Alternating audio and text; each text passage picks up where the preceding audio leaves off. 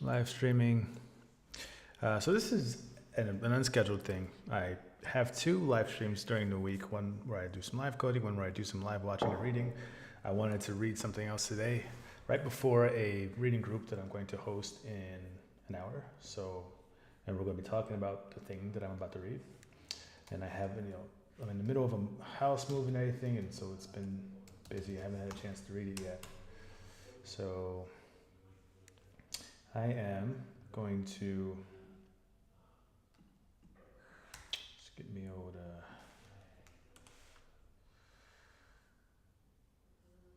my videos going. See, I actually don't know how this whole streaming on YouTube thing works. It's supposed to show me anyway. We're just gonna figure it out. So let's dive right into this paper here. Make sure everything's working.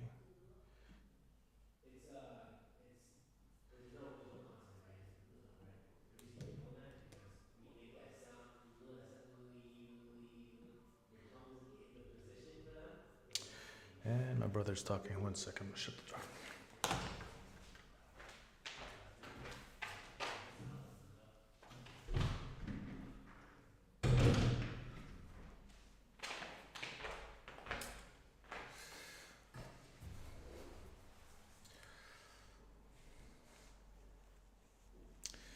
AC is not working yet, so I'm gonna bundle up a little bit. It's chilly. All right.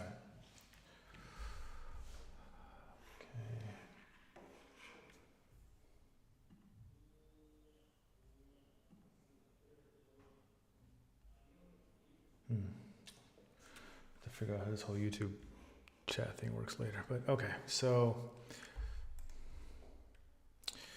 we there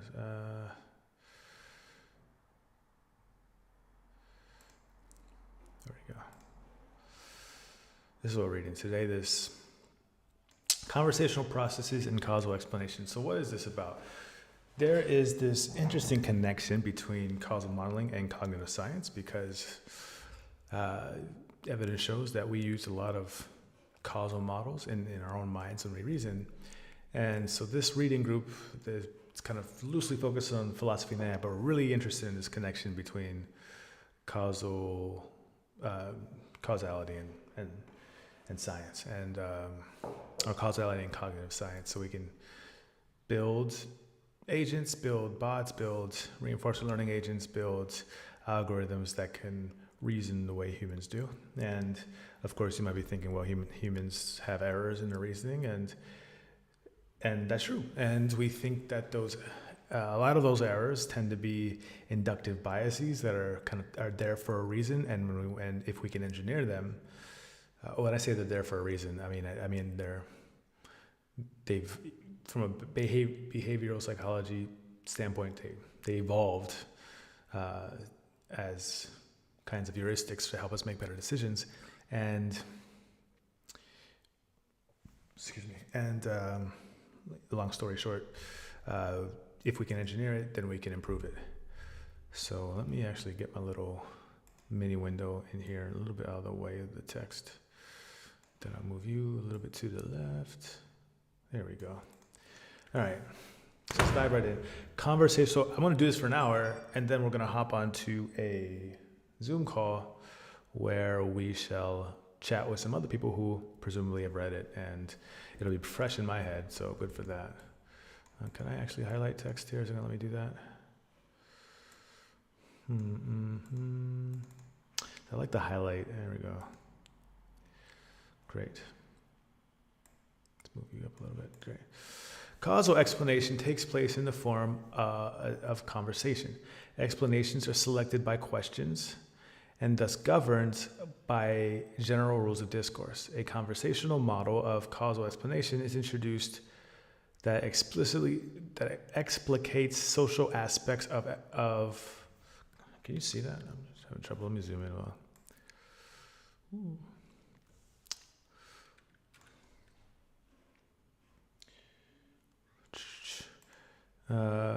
Conversational model causal explanation is introduced Sorry.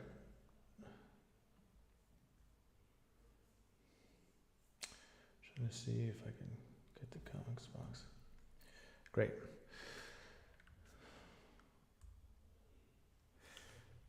A conversational model of explanation is introduced to explicate social aspects of the explanation by postulating that good explanations must be relevant to the focus of a why question as well as being true. Let's see that again. Good explanations, looks like a highlight. Good explanations, oh, that's not highlighting.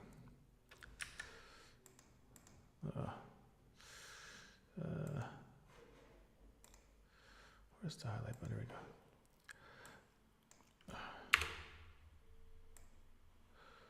Must be relevant to the focus of a why question.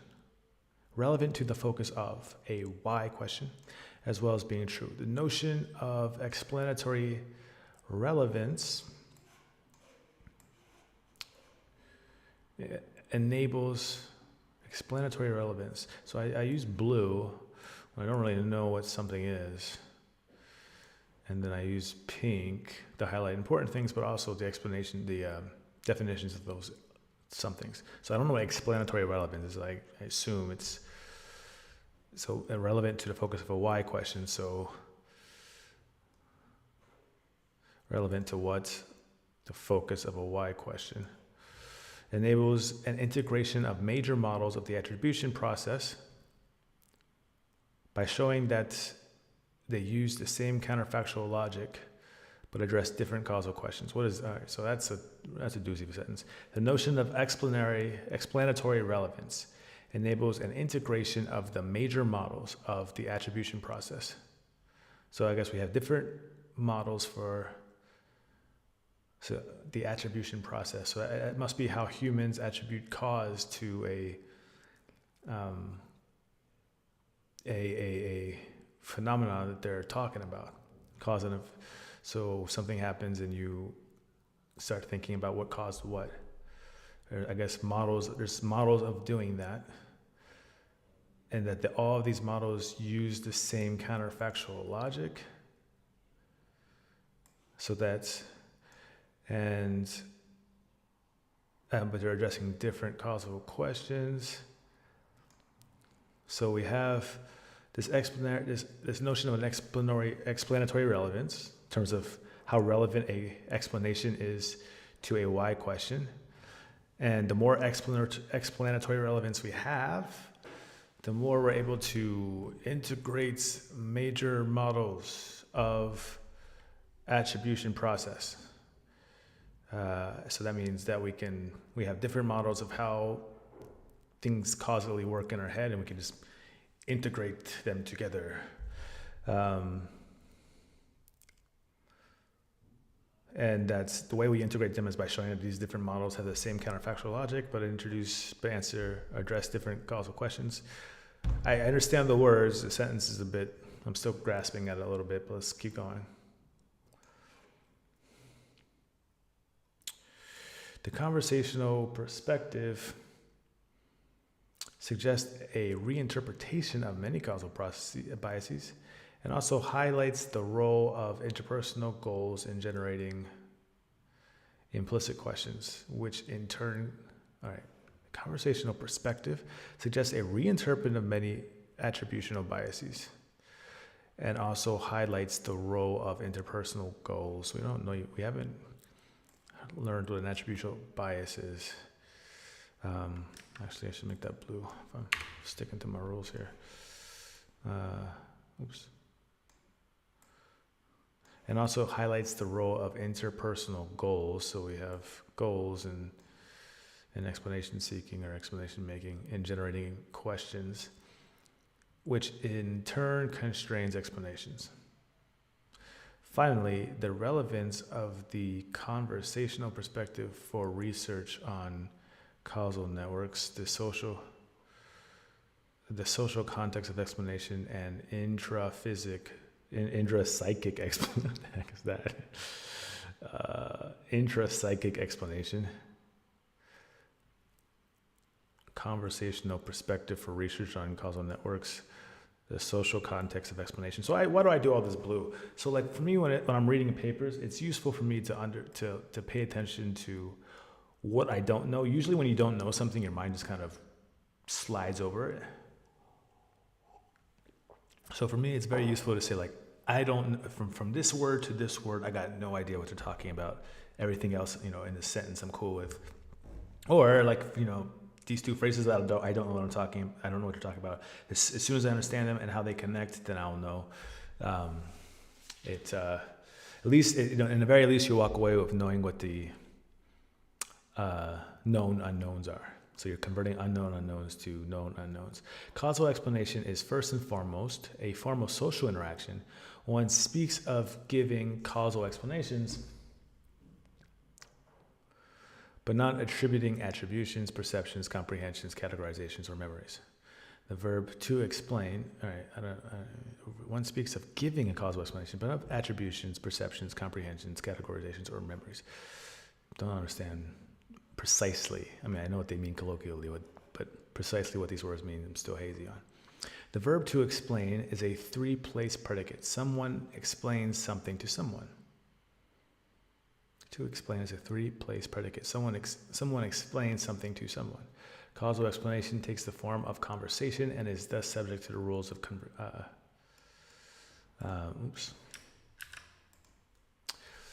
is thus subject to the rules of conversation. Causal explanation is therefore different from causal attribution. All right, so that seems important. That the difference between the causal explanation has a kind of someone explains something to someone. Has this, so something is being explained to another person. Causal explanation is therefore different from causal attribution, which does not involve interpersonal exchange. It is in its wider sense, attribution describes a process whereby one ascribes some phenomenon to its origin. Thus, one attributes effects to causes, actions to intentions, and sayings to their authors. The sense of attribution is close to that which Heider had in mind. All right, every time I read one of these sentences, I just have to read it again. I guess. Let me focus. In its wider sense, attribution describes a process whereby one ascribes some phenomenon to its origin. Okay, so now we have a definition for attribution. We ascribe a process by which we ascribe a phenomena to its origin. Phenomenon to its origin. Thus, one attributes effects to causes, actions to intentions, sayings to their authors. The sense of attribution is close to what Heider had in mind when writing how the sensation of light reflecting off a surface may be attributed to its distal source, the sun, or how an exam performance may be attributed to the source in a student's ability, effort, or luck. Thus, attributing something to someone is not the same as explaining something to that person. The difference between the sense of attribution and conversational explanation is nicely drawn out by the experience of U.S. Senator Joe Biden. Wow, this guy's been around forever, man. During his campaign for the 1988 Democratic Party nomination for president, Biden gave an impassioned campaign speech about social inequality that faithfully reproduced words and phrases in a speech given by British leader Neil Kinnock during the 1987 British general election without attributing them to their source. When it was demonstrated that the origin of Biden's speech lay in that given by Kinnock, Biden had to withdraw his candidacy. Wow, that's must have rankled for him to see Trump do everything and not suffer any consequences when he had to withdraw his candidacy for failure to attribute to source. Shortly after, however, it was reported that Mr. Kinnock was planning to visit Senator Biden in Washington. This prompted the thought that although Senator Biden had not attributed his words to Mr. Kinnock, he could at least explain them to him. What?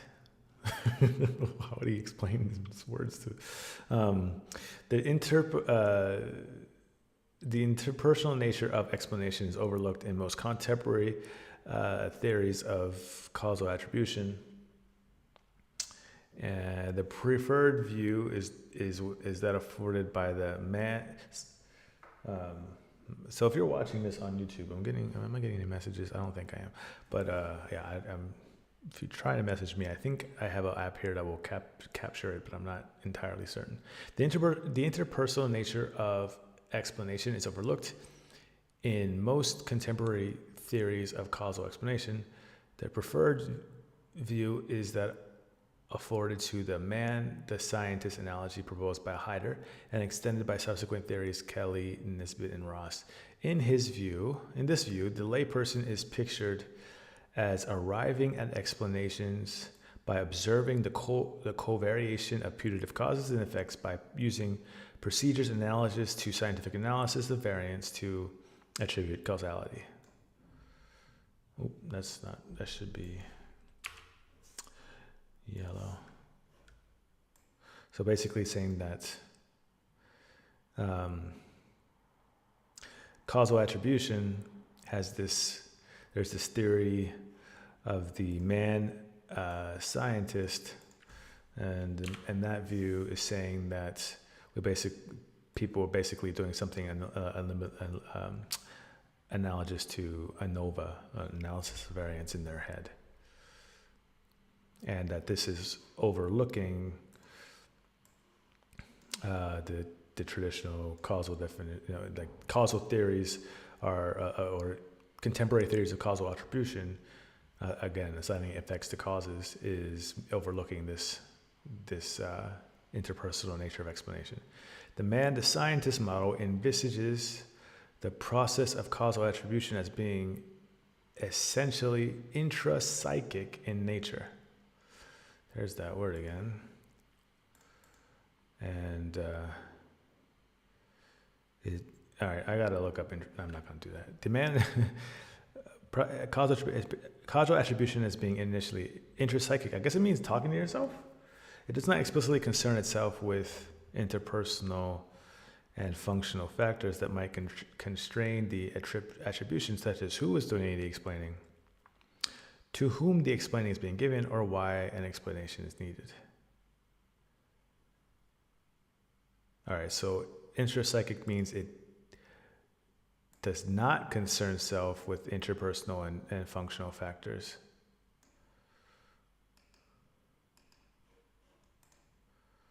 In this article,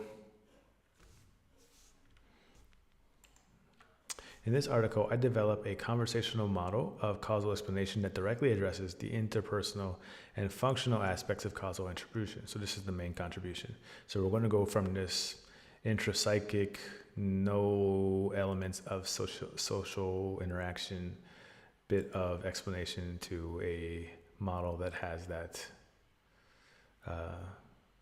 interactive bit. So I develop a conversational model of causal explanation that directly addresses interpersonal and functional aspects of causal attribution. The conversational model takes advantage of recent advantages. Let's just highlight the actual contribution. Conversational model of explanation that directly addresses interpersonal and functional aspects of causal attribution. Conversational model takes advantage of recent advances in the formulation of the logic and of attribution process.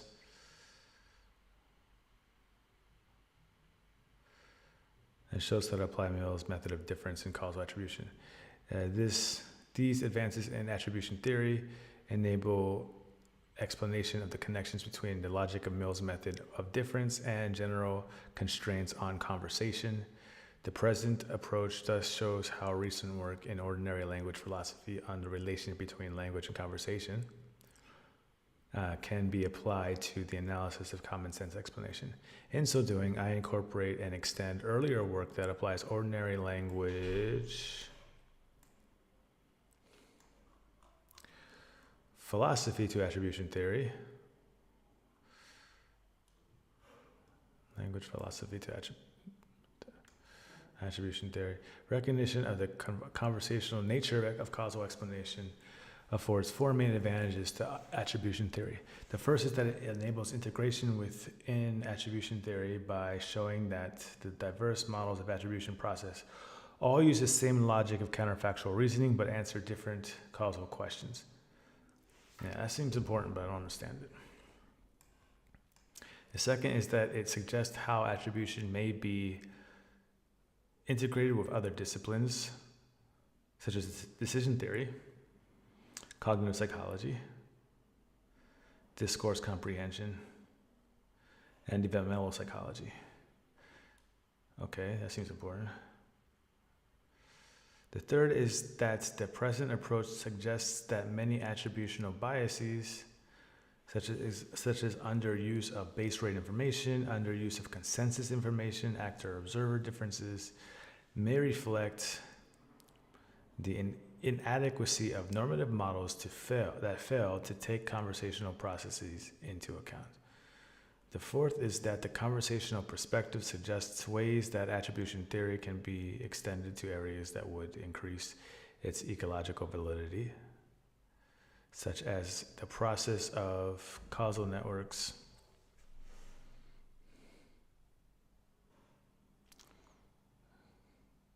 and the kinds of spontaneous explanation that occur in natural conversation. All right, so sounds like what he's doing here is, all right, let's just jump to the guts here. All right, so got a causal model of explanation, a conversational model of explanation, and I think we're probably just going to get time to hit up what the conversational model is before we have to jump into the call. But causal selection and explanatory relevance. Let's just zoom out a bit.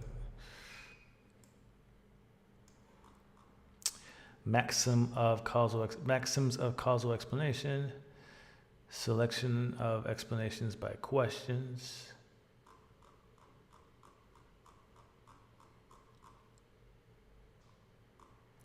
questions about ideal causes, causal questions and counterfactual constraints. So what's happening in this figure here? We got predicted attributions for data matrices with empty cell norm, high consensus, low distinctiveness explanation, something about the person and something about the stimulus. Huh.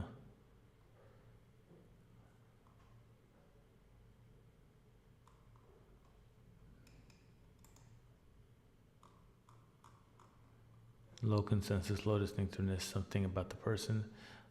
Low consensus, high distinctiveness, something about the combination of the person with the stimulus.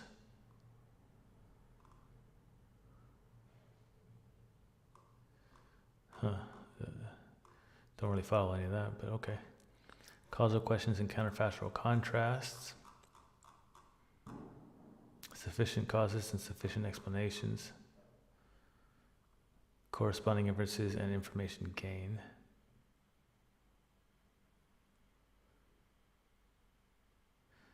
Personal causality, the explanation of action. Presupposed norms and the use of base rate information. Use of consensus and distinctiveness information. Actor-observer differences in critic causal explanation. Explanations of success and failure, explaining events and justifying assertions, implicit questions and explanatory relevance, common knowledge. So this is a very comprehensive paper. Interpersonal goals and causal explanations. It also looks like a lot like a review. I'm not seeing any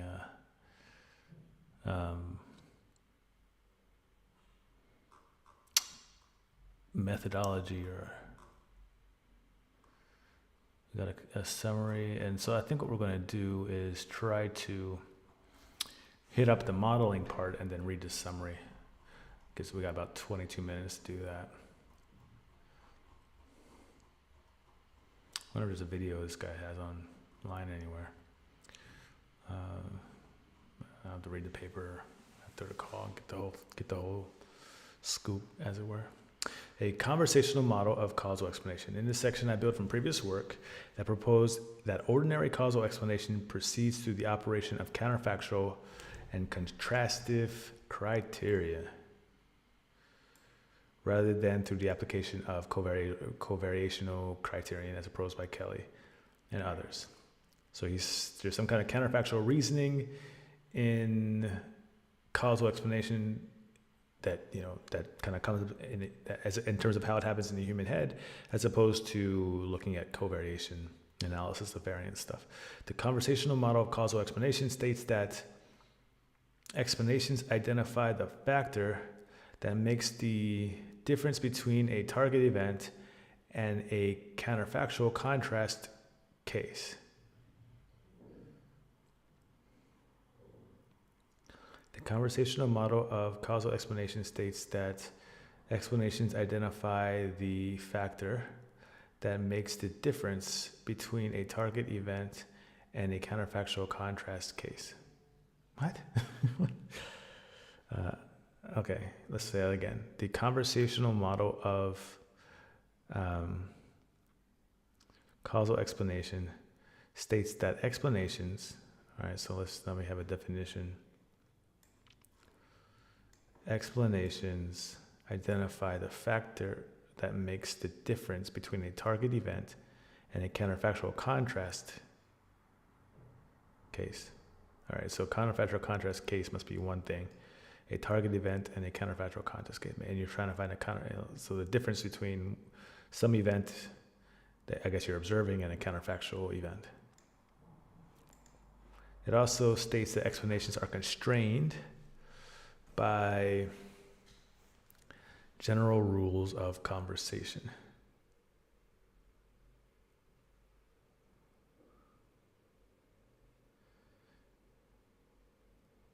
You know what I really want to do? Like, these are really cool abstractions.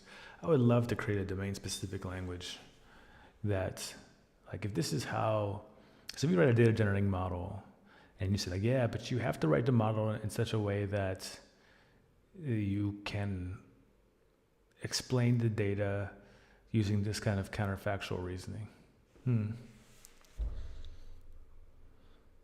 It also states that explanations are constrained by general rules of conversation.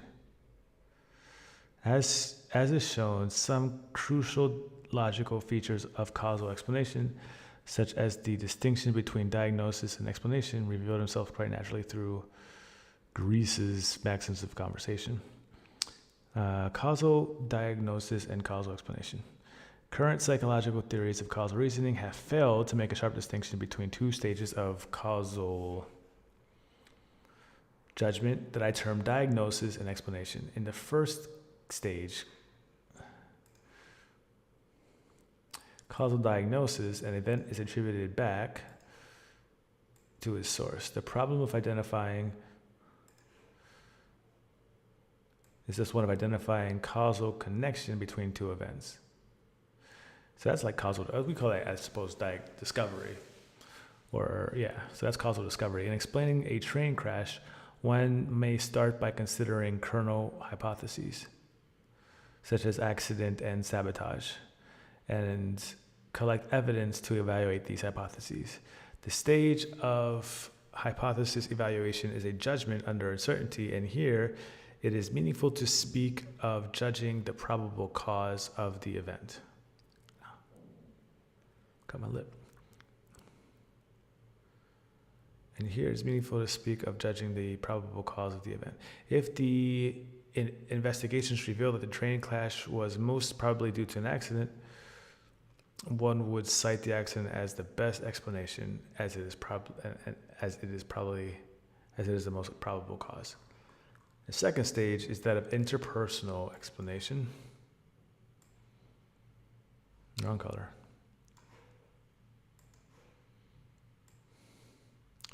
One may, for present purposes, presuppose certainty in the explainer's mind about the causes of the event. Perhaps the explainer's causal diagnosis revealed that the train crash was due. Presuppose certainty in the explainer's mind about the causes of the event. All right, so let's say we know, so we have a model of causality. Perhaps the explainer's causal diagnosis revealed that the train crash was due to a combination of several necessary conditions that are jointly sufficient. A bent rail and this is really interesting. A bent rail on the track and the speed and weight of the train. Rather, the problem was how to resolve a puzzle in the explainee's mind about why the event happened by closing a gap in his or her knowledge. That's fascinating. What does that mean? So the diagnosis, we had a train crash. And the reason we saw that is because we saw the bent track and the speed and weight of the train. Now the problem is how to resolve a puzzle in the explainee's mind. This could have serious implications to conversational AI if we can figure out. Thus, the problem is one of causal selection, of dignifying one set of necessary conditions as the explanation for an event.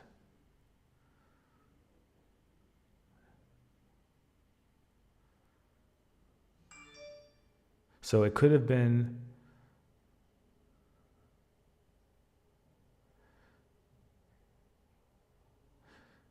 one set of necessary conditions, but if they're all necessary. All right, so for example, the arsonist is a cause, the presence of oxygen is a cause, but we would say, so they're both necessary for there to be a fire, but the arsonist is the one that we would explain as, that's the explanation, I suppose. Or is that attribution? No, we know that we have diagnosis. We know that it was the arsonist and the oxygen. Now we're going to kind of say, when I explain it, I say the arsonist started the fire. So if one knows that the explainee knew about the speed and weight of the train, if one knew that the explainee knew about the oxygen, but did not know that there was a bent rail on the track, but did not know that there was an arsonist, the apt informative answer to the why question would be to cite the bent rail as the cause.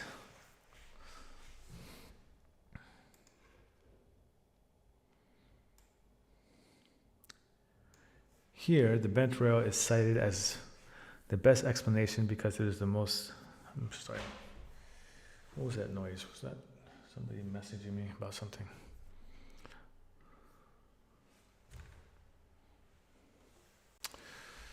We'll have to come back to that.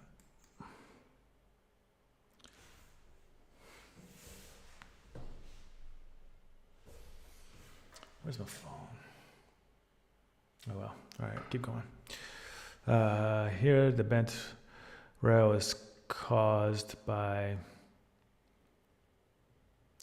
it's cited as the best explanation because it's the most relevant answer to the question posed.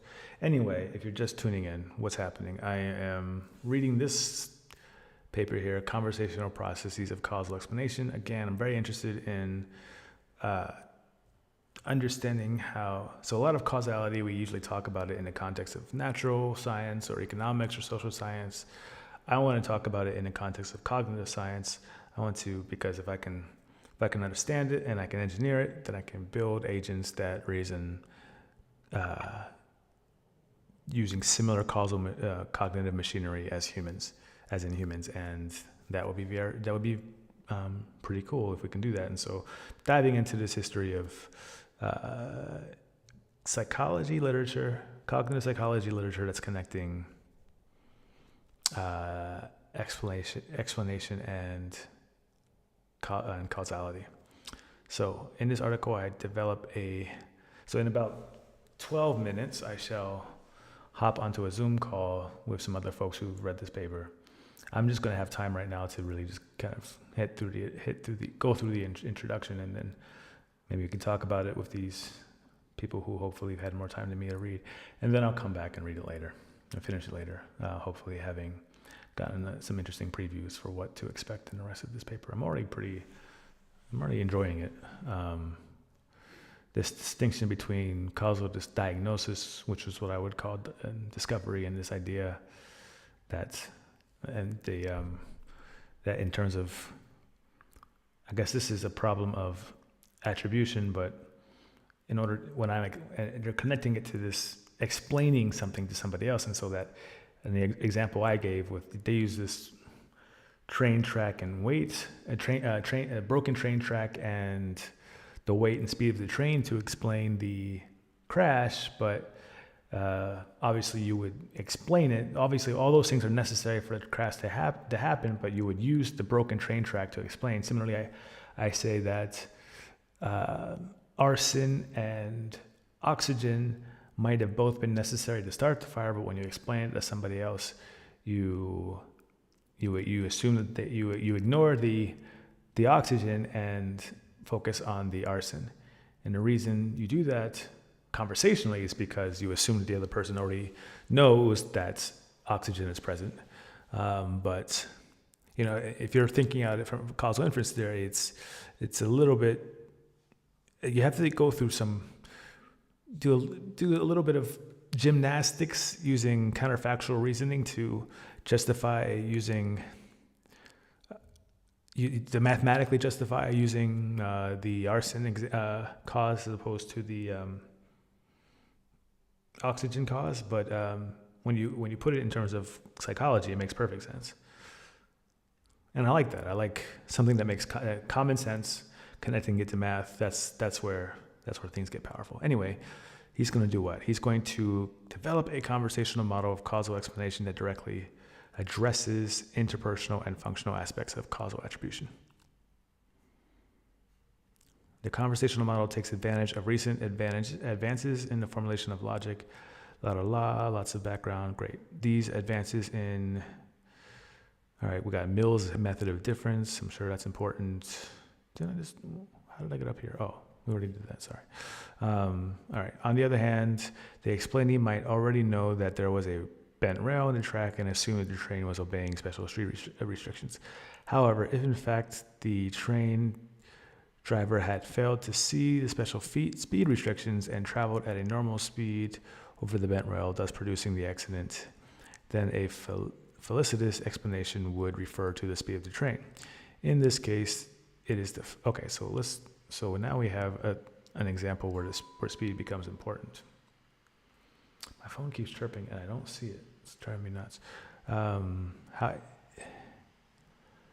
Then a felicitous explanation would refer to, so what happens if in fact a train driver had failed to see special speed restrictions and traveled at a normal speed, in other words, going too fast over a bent rail, then a felicitous explanation would refer to the speed of the train. In this case, it is the fact that the speed traveled at its normal speed and that makes a difference to the accident from the inquirer's point of view. So again, using the perspective of the explainee to justify to explain what's a good explanation.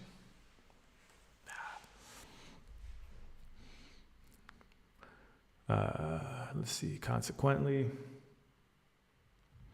abnormal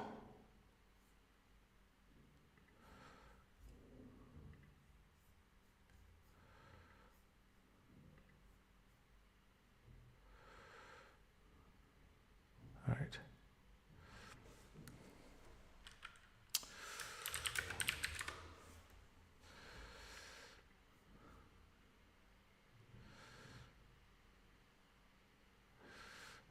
Normal conditions such as a bent rail should be cited as explanations in default of particularized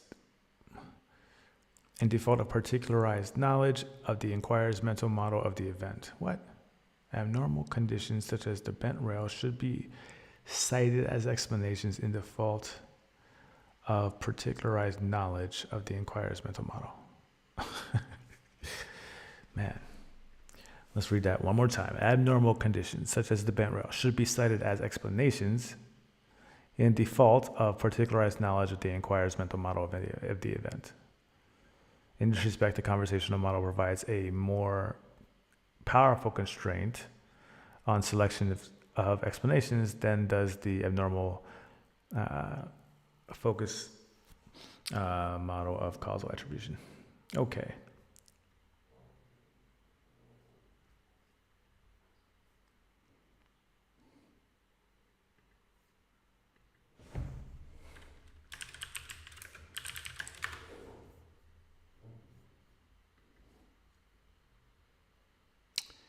Any given event has a plethora of necessary conditions for it. So causal selection. All right, so now let's see if we can't go through the summary and then come back and read we'll eat the bread first and then get the meat of the sandwich. In using causal explanation as a form of social interaction, the conversational model represents a radical departure from traditional models that depict causal explanation as an asocial, decontextualized process, as in the man the scientist analogy. So the scientist analogy means that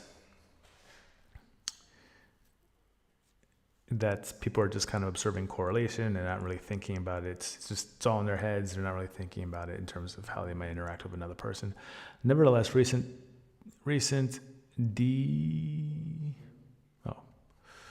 developments in explaining the logic of the lay scientist have laid foundations for the suggestion that the logic of the million scientists can be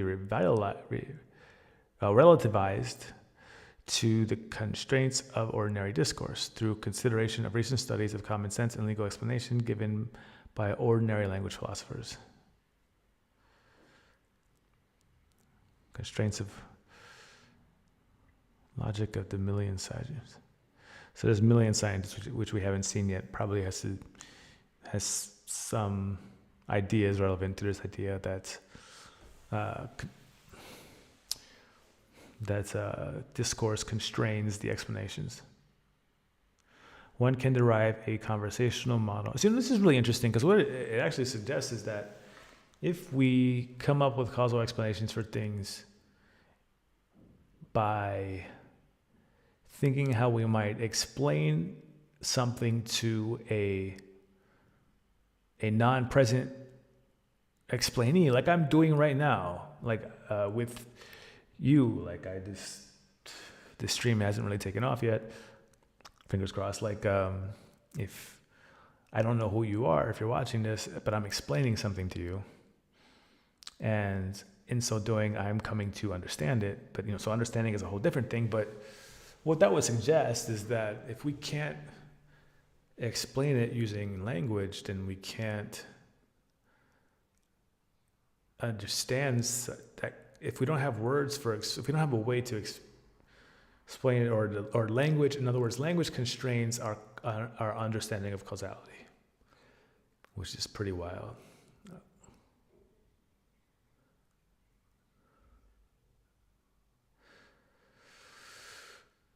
From Heslow's writings, one can derive a conversational model that specifies how causal explanations are selected by questions. This model provides a more powerful source of constraint on the selection of causes than previous approaches. In addition, the conversational model provides a badly needed integrated framework from attribution theory by showing how different models of the attribution process follow the same logic but address different questions. But distinguishing between causes and conditions, the conversational model resolves a variety of methodological puzzles for attribution theorists, as well as,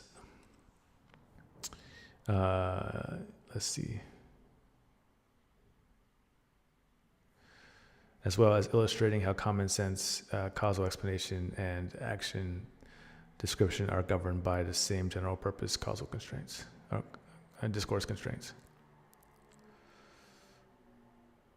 All right, so I'm gonna stop there. I need to hop on to the other call, but if you're interested in what I'm doing here, then tune in later, and I shall read the rest of this. Have a good Saturday.